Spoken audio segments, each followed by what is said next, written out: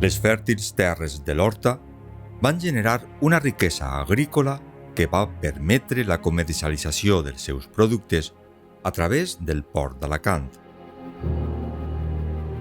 Els cultius van marcar el ritme de diferents generacions amb la recollida d'ametlles, garrofes, figues, magranes, olives, llegums, hortalisses i, sobretot, del raïm. La producció d'espart va ser destacable des de l'època musulmana. En la primera meitat del segle XIII, Saïd ben Magrel, de la família dels Banu Magrel, originària de l'alqueria de Benimagrell, va ser un important comerciant d'espart.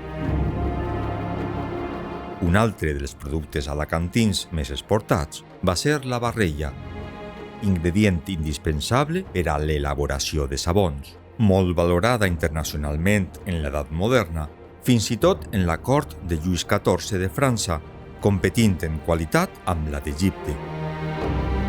També va ser molt prestigiós el lli per a produir teixits. Amb el cànem i la seda eren essencials per a teixir els vestits de mudar. Amb els fruits de l'horta s'han preparat tradicionalment aliments exquisits com el pa de figa amb ametlles. I amb ametlles també s'elabora el dolç per excel·lència de la terreta, el torró. Per a aconseguir aquesta textura i sabor, s'utilitza la mel pura, extreta a partir del nèctar de les flors que les abelles arrepleguen, transformen i emmagatzemen en les bresques.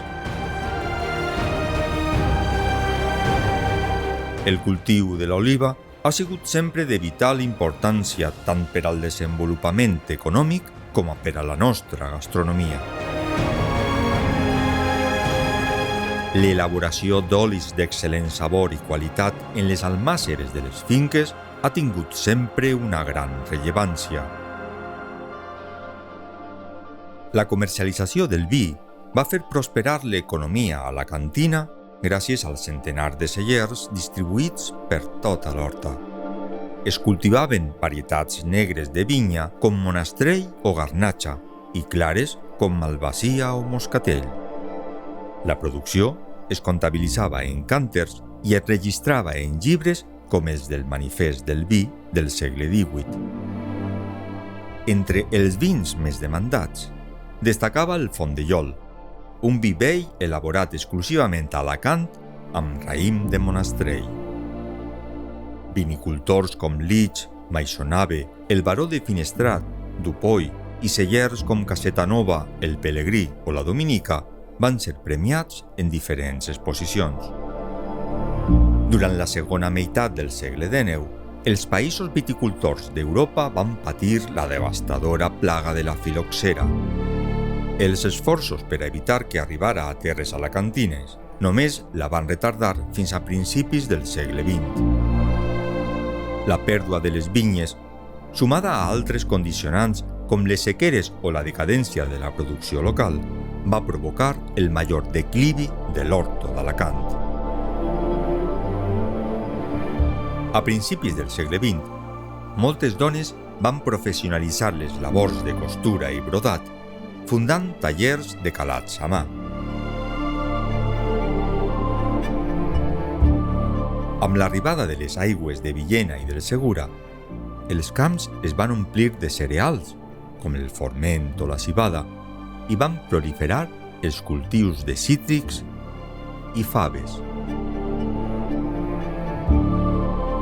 A partir dels anys 50, es va consolidar el cultiu de tomata, incorporant la llavor d'origen anglesa cultivada a Canàries, convivint amb la preuada tomata autòctona de Mutxamel. El cultiu intensiu de la tomata va afavorir la incorporació de les dones al mercat laboral.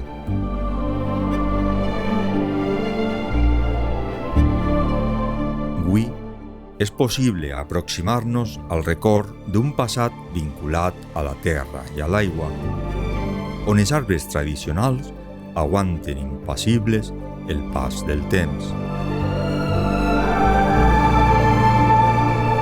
pasturatge de cabres i ovelles que s'alimenten de garrofes i plantes ferratgeres, és un dels regals que encara podem trobar per corriols i camins. Associacions culturals com Joixa o Camins es dediquen des de fa dècades a protegir i difondre els valors del paisatge cultural del nostre territori. Una labor essencial per a mantindre viu el llegat patrimonial del que un dia va ser l'Horta d'Alacant.